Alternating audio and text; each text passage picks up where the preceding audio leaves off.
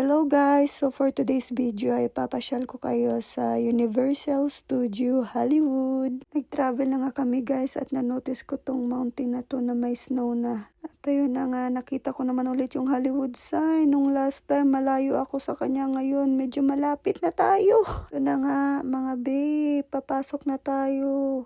Naghanap lang kami dyan ng parking lot. So, ayun na nga, naglakad-lakad lang kami ng konti. Naaliw ako dyan sa mga store. Ang gaganda nila. Kita lang nga namin dyan yung ticket namin. At ayan, nakapasok na tayo guys.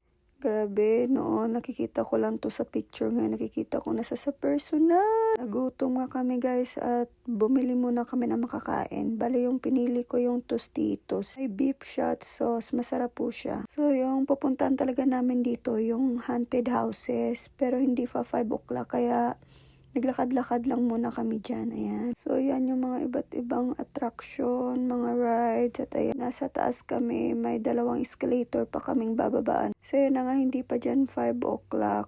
At naisipan namin sumakay dito sa Revenge of the Mummy. Medyo mahaba yung pila pero carry lang kasi maalaw ka sa mga design nila sa loob. Ayan, may paganan sila mga B. Na nga, nag-wait lang kami ng kaunti at sumakay na kami. Hindi na nga ako nakabidyo dyan sa loob. Yun ang 1 second clip na ganyan. Pinagulat ako. Ang bilis. Kung hindi kayo matatakutin sa ride, try nyo. So hanggang dito na lang muna guys. Bali, ikakat ko siya into parts para maipasyal ko kayo ng mabuti. Bye!